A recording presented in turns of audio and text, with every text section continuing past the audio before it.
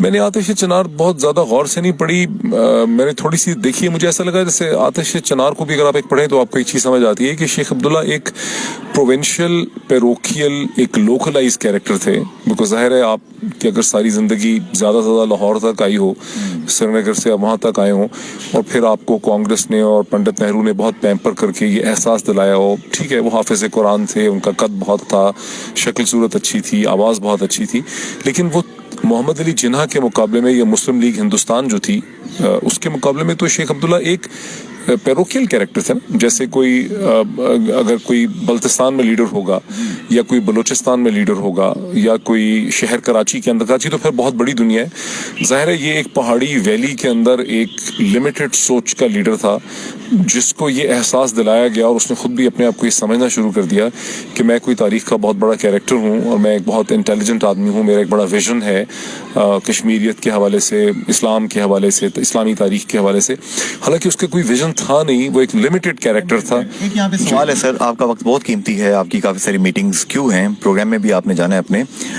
آپ نے 3 سال پہلے مجھے, اس وقت آپ دنیا ٹی وی پہ تھے, اپنے اسٹوڈیو میں آپ نے بلایا تھا, میں نے وہاں آپ کا انٹرویو کیا تھا, اور اسی دن میں نے سردار خالد ابراہیم خان مرحوم کا انٹرویو بھی کیا تھا, اور سوال دونوں سے میں نے ایک ہی کیا تھا کہ گلگت بلتستان کو اس وقت صوبہ بنانے کی بات کی جا رہی تھی, اور آپ نے مجھے یہ خبر بریک کی تھی کہ چائنا کی طرف سے شاید کوئی پریشر ہو سکتا ہے کہ ہم اتنی بڑی انویسٹمنٹ پاکستان میں $60 ارب کی, $70 ارب کی لا رہے ہیں, تو اس کو ایک لیگل سٹیٹس دینے کے لیے یہ کام کیا جائے.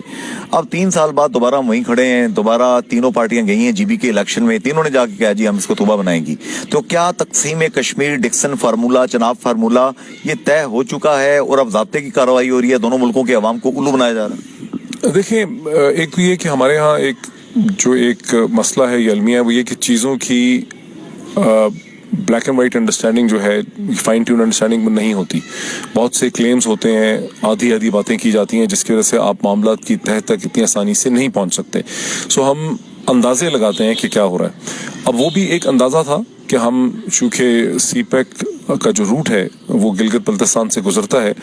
تو غالباً ایک چائنیز ریکوائرمنٹ ہے, پریشر ہے, اور خاص کر کے چونکہ ہندوستان مسلسل ٹارگٹ کرتا ہے سی پیک کو اور اس میں انٹرنیشنل انویسٹمنٹ کو, وہ یونائٹڈ نیشن میں یا مالیاتی اداروں میں یہ کہتا ہے کہ یہ ایک ڈسپیوٹڈ ٹیریٹری ہے جہاں سے سی پیک گزر رہا ہے. تو اس ریکوائرمنٹ کو پورا کرنے کے لیے اسے ایک آٹونومس اسٹیٹس الگ فرام جموں اینڈ کشمیر دینے کی کوشش کی, تو کئی سال سے بات چل رہی تھی کہ اس کو دی جا رہی ہے. اب اگر آپ فورن آفس کے لوگوں سے بات کرتے ہیں یا اداروں کے لوگوں سے بات کرتے ہیں, وہ اس کی ڈفرینٹ قسم کی ایکسپلینیشنز دیتے ہیں کہ یہ وہ نہیں ہے,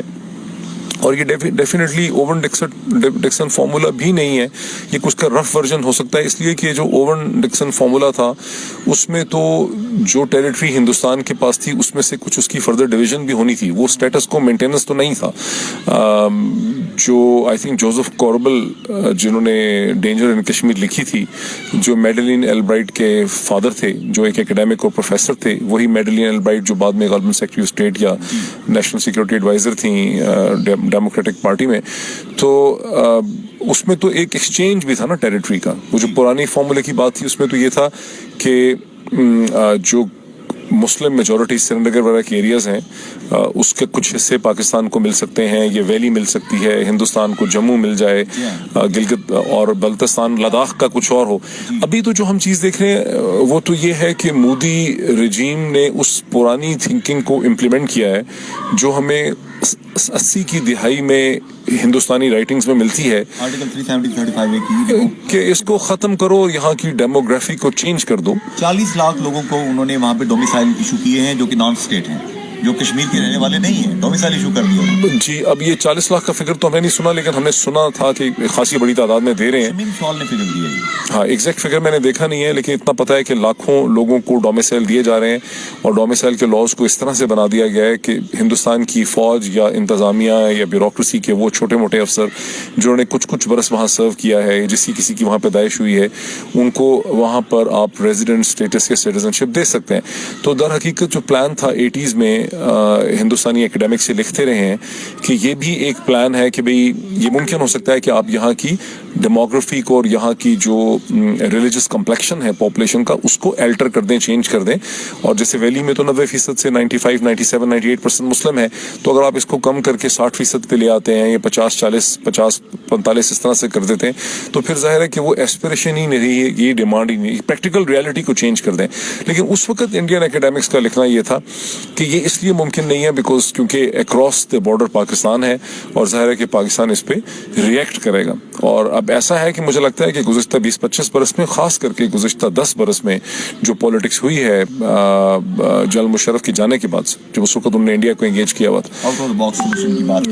جب پی پی پی کی گورنمنٹ آئی اور پھر پی ایم ایل این کی گورنمنٹ آئی تو پاکستان کی فورن پالیسی خاصی کمزور ہو گئی. اور جو ممبئی کا دہشت گردی ہے جو کلیئر نہیں ہے کہ کس نے کی، بیکاز ہمارے یہاں ایک تاثر ہے کہ شاید وہ ایک فالس فلیگ آپریشن تھا، انڈینز کہتے ہیں کہ ہم لوگوں نے کیا، ہم نے کروایا. لیکن جس طرح سے وہ جو ممبئی کا جو دہشت گردی تھی